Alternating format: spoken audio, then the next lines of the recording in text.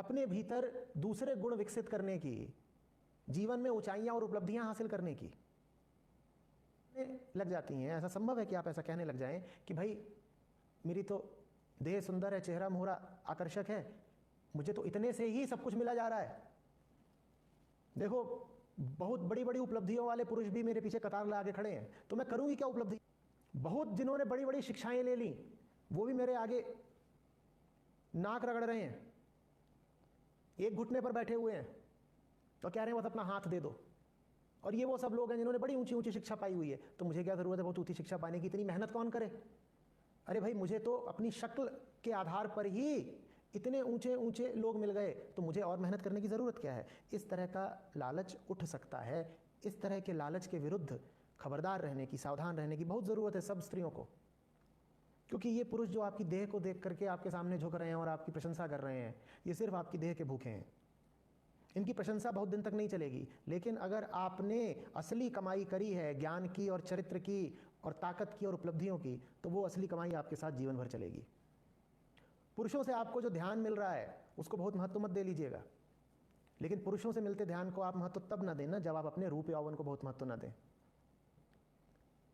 दुनिया भर में साज श्रृंगार के, कॉस्मेटिक्स के जितने सामान बिकते हैं उसका 80-90% स्त्रियां खरीदती हैं। ये प्रतिशत, ये क्षेत्र जिसमें ये 80-90% का आंकड़ा है, उन बहुत चुनिंदा बिरले क्षेत्रों में है जहां स्त्रियों का पुरुषों पर वर्चस्व है। नहीं तो दुनिया का और कोई भी क्षेत्र देख लो, उसमें पुरुष 80-90% अधिकार लेकर बैठे होंगे, स्त्रियों का 5-10% होगा। यह बात मुझे बड़ी अजीब लगी। दुनिया की कुल संपत्ति 2-4-5% महिलाओं के पास है, 95% पुरुषों के पास है। सीईओ, सीटीओ, इनमें महिलाओं की भागीदारी कितनी? 10%, 5%, 90% पुरुष है। लेकिन सुंदरता बढ़ाने वाली चीजों में महिलाओं की भागीदारी कितनी? वहां 90%, वहां पुरुष बस 10% है। तुम्हें इनमें सीधा सीधा संबंध नहीं दिखाई पड़ रहा? ये जो देह की सुंदरता है जिसकी तुम बात कर रही हो, प्रेरणा, यही स्त्रियों का बहुत बड़ा बंधन। सुंदरता के बंधन से आगे नहीं बढ़ेगी तब तक वो संसार में अपनी हस्ती, अपना वजूद, अपनी ताकत स्थापित नहीं कर पाएगी।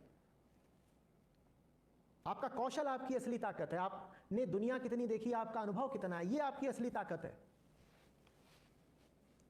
कि आपका पुरुष गाड़ी चला रहा है और आप उसकी बगल की सीट में बैठ करके सामने आईना खोल करके, जो सनशील्ड होती है ना ड्राइवर के बगल वाली सीट पे, उसको ऐसे पलटो तो उसमें एक छोटा सा आईना लगा होता है।